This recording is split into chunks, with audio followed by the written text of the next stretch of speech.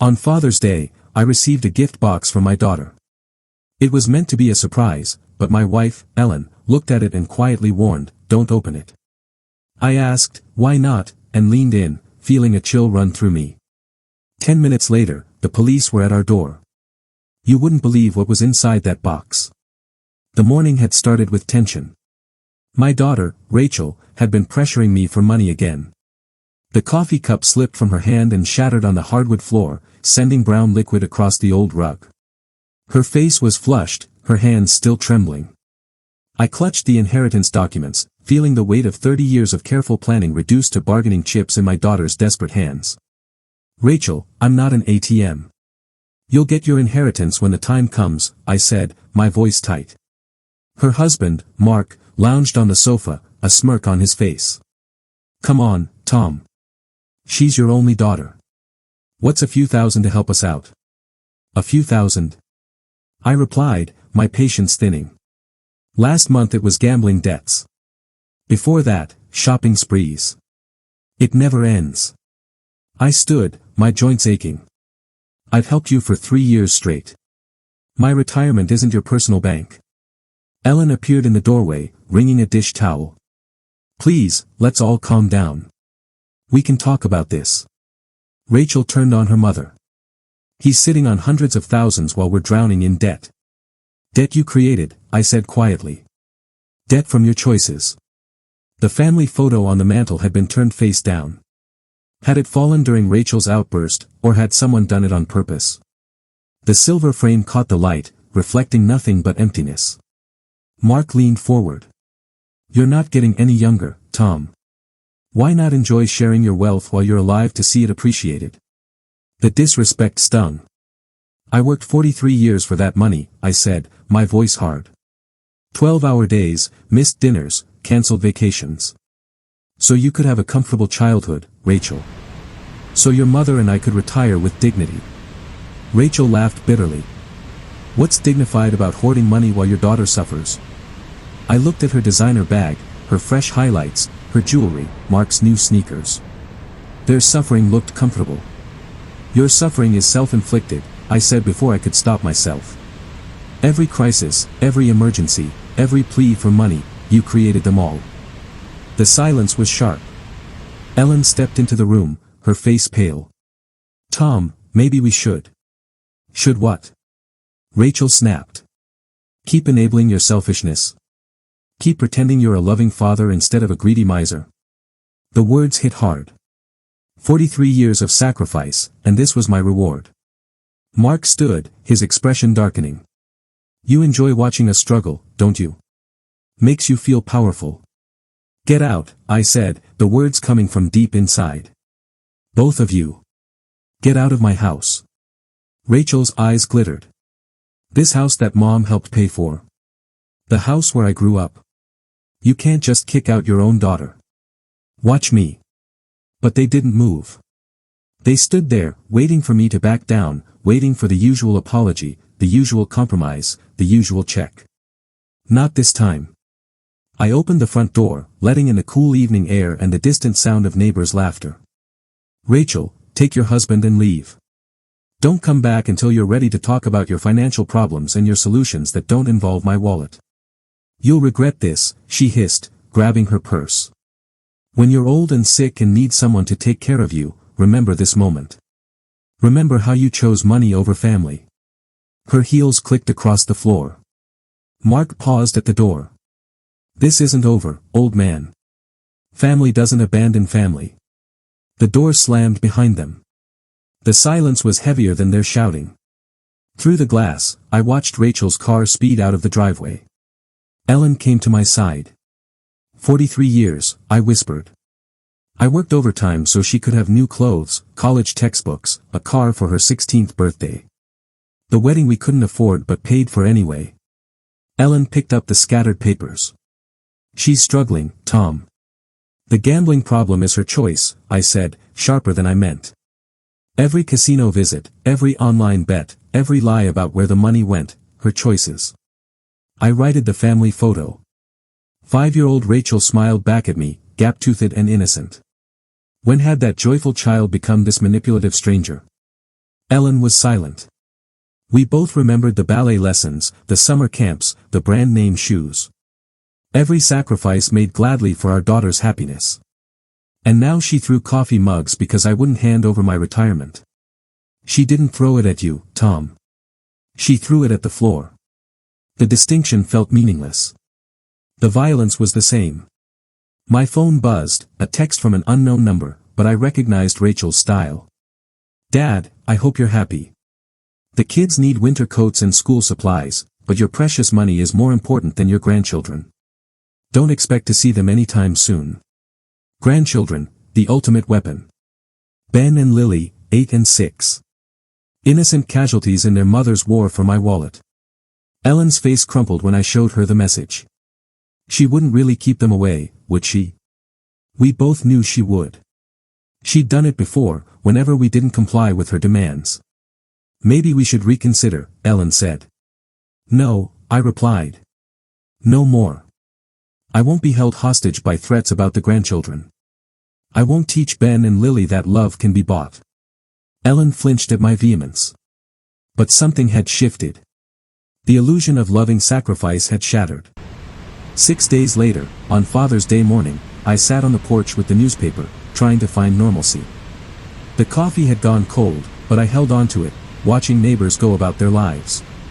Ellen moved around the kitchen, the clatter of dishes drifting through the window. We hadn't heard from Rachel since that night. The silence felt deliberate, like the calm before a storm. A delivery truck rumbled up. A brown van stopped in front of our house. The driver handed me a medium-sized box. Happy Father's Day, he said. Someone must think highly of you to pay for Sunday delivery. I signed for it, studying the label. No return address, just generic shipping info. The box was light, about the size of a shoebox. Who's that from? Ellen called. No idea. I set the box on the coffee table. Ellen approached, cautious. She examined the box, her fingers tracing the edges. Tom, don't open it. Why?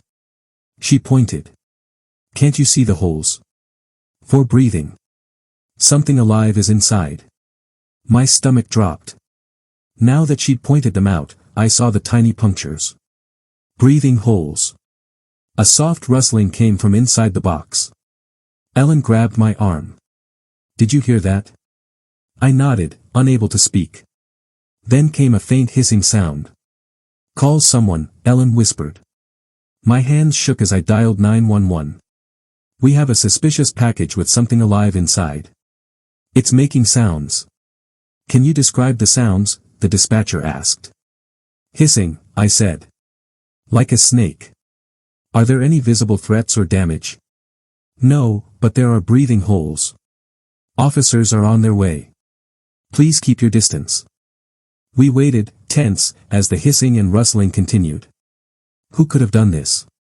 The answer was obvious, but saying it would make it real. The police arrived. Officer David Brooks entered, calm and professional. When did this arrive? He asked. About 35 minutes ago. Sunday delivery. He examined the box. You heard hissing? Ellen nodded. Like a snake. I've seen this before, he said.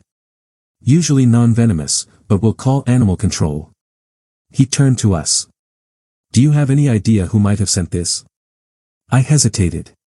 Probably just a prank. He studied me. Kids would need access to live animals, shipping materials, your address. This took planning. He asked about recent charges on my credit card. The memory hit me, an odd charge at a pet store, weeks ago. Rachel had used my card for emergencies. I'd assumed it was for the kids. Not a snake. Animal control arrived. Within 20 minutes, they safely removed a 3-foot corn snake from the box. Non-venomous, the officer said. Someone paid good money for this.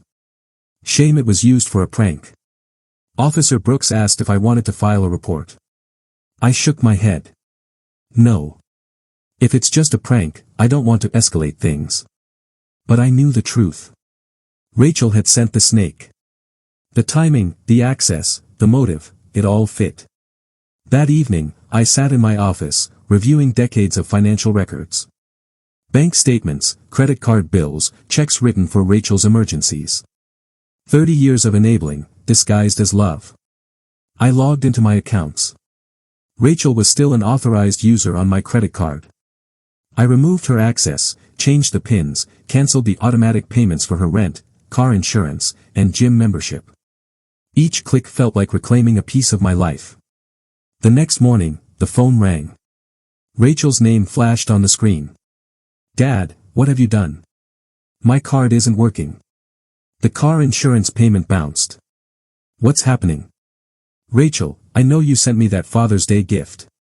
Silence. Then, defensively, "You've lost your mind. How could you set me up like this?" "I didn't do anything," I said calmly. "I just stopped paying for your irresponsibility. You can't just cut me off. I have bills, responsibilities. Like the responsibility to treat your parents with respect. Like the responsibility to manage your own finances." She tried the old threats. "Don't expect to see your grandchildren. Ben and Lily won't even remember you." "Samantha, those threats stopped working yesterday." She switched to the victim voice. "I'm your daughter. I'm struggling. And instead of helping me, you're punishing me for something I didn't even do. Your struggle is not my responsibility. Your choices created your situation. Your choices sent that package. Your choices will determine what happens next. You're being ridiculous. One little prank and you lose your mind. A prank involving a dangerous animal isn't little. And a father cutting off support after 30 years isn't losing his mind. It's finally finding it. This isn't over, old man. You think you can control me by controlling money? We'll see about that." She hung up. Ellen watched me, pride in her eyes. "She's coming here," she said. I nodded. "Probably with Mark. They'll want to continue this in person." The car screeched into the driveway. The doorbell rang, then pounding on the door. I stood, feeling calm. "Stay here," I told Ellen. "No. We're in this together." I opened the door. Rachel and Mark stood on the porch, angry and defiant. "We need to talk," Rachel said. "We already did," I replied, not inviting them in. "You can't just cut me off because of some misunderstanding about a package." "There's no misunderstanding. You sent me a snake." I responded appropriately. Mark stepped forward. "Look, Tom, maybe you didn't think this through. Rachel has expenses. Kids need things. Kids whose mother threatens to keep them away from their grandparents when she doesn't get money," I replied. Rachel's face twisted. "Fine. You'll never see your grandchildren again. Ben and Lily will grow up knowing their grandfather chose money over family." "That's not a threat, Rachel. That's a blessing. If you're the kind of person who uses children as weapons, maybe it's better they're not exposed to that." Mark's expression darkened. "We know where you live, old man. We know your routines. You might want to reconsider." "Are you threatening me, Mark?" "I'm just saying family relationships work both ways. You want to cut us off? Don't expect us to disappear quietly. Actually, that's exactly what I expect. And if you don't, it becomes a matter for the police." Rachel grabbed Mark's arm, but he didn't back down. "You think you're so smart. There are other ways to get what we need. Like getting jobs," I said. "People have been supporting themselves for centuries." "This isn't over," Rachel hissed. "You'll regret this. There already are consequences. You're living them now." They stared at me, finally realizing the bank was closed. Without another word, they left. That evening, Ellen and I sat at the kitchen table, the quiet comforting after the chaos. She sipped tea, I drank coffee. "I keep thinking about when she was 8, Ellen said. "Remember the Mother's Day breakfast she made? Burned toast and orange juice with too much pulp. But she was so proud." I remembered. Rachel in her pajamas, standing on a stool, determined to surprise us. The memory felt like it belonged to another family. "She used to draw us pictures," I said. "Stick figures of our family holding hands. I kept them in my desk for years. She's still our daughter, Tom." Despite everything. She crossed a line, I said. I have one more step to take. You're talking about changing the will. Yes. She was quiet, wrestling with the implications. The grandchildren, Ben and Lily. They'll be better off not learning that love can be bought. Ellen squeezed my hand. Will it stop her? It will remove her incentive. No access to money, no inheritance, no leverage. She'll have to find other people to manipulate. I hate that it's come to this, Ellen whispered. So do I. But I won't let her destroy what we've built. The next morning, I met with our lawyer, Susan Grant. I explained everything, the inheritance argument, the snake, the threats. Susan listened, then outlined a plan, an educational trust for Ben and Lily, managed by an independent trustee. Rachel and Mark would have no access, no control. We also filed for a restraining order, documenting the threats and the snake incident. Susan assured me the protections would be in place within days. 2 days later, Susan called. The documents have been delivered. The restraining order is active. The will has been updated. Ellen and I sat together, holding hands. The law was finally on our side. For the first time in years, we were free from Rachel's manipulation. I thought of the little girl who made breakfast in bed, who drew pictures of our family. That child had grown into someone who sent live snakes and threatened her own parents. The transformation had been slow, but the woman who stood on my doorstep demanding money was not someone I needed to enable any longer. The legal documents had created the boundaries that love alone could never establish. Rachel had gotten what she wanted, she was no longer in our lives. The irony was not lost on me. Ben and Lily would be provided for, their education secured, without giving their parents access to resources they'd proven incapable of managing. If Rachel tried to contact us, it would be a criminal matter, not a family dispute. For 30 years, I'd been Rachel's safety net. I'd sold my car to pay her debts, covered her rent, written check after check, always believing this time would be different. The snake had been her final message, dangerous, venomous, meant to frighten. But instead of driving me back into compliance, it had driven me to protect myself and Ellen. As the sun set, Ellen and I prepared dinner together, the quiet profound. No phone calls, no emergencies, no threats. The storm had passed. Tomorrow, we would wake up in a house protected by law. Our retirement savings would remain intact. Our marriage would continue, free from the constant stress of managing an adult child's crisis. I had reclaimed my role as a father who loved his daughter enough to refuse to enable her destruction. Legal boundaries had replaced emotional manipulation. The law had given me back my life. And for the first time in decades, I would sleep without wondering what tomorrow's crisis would cost me.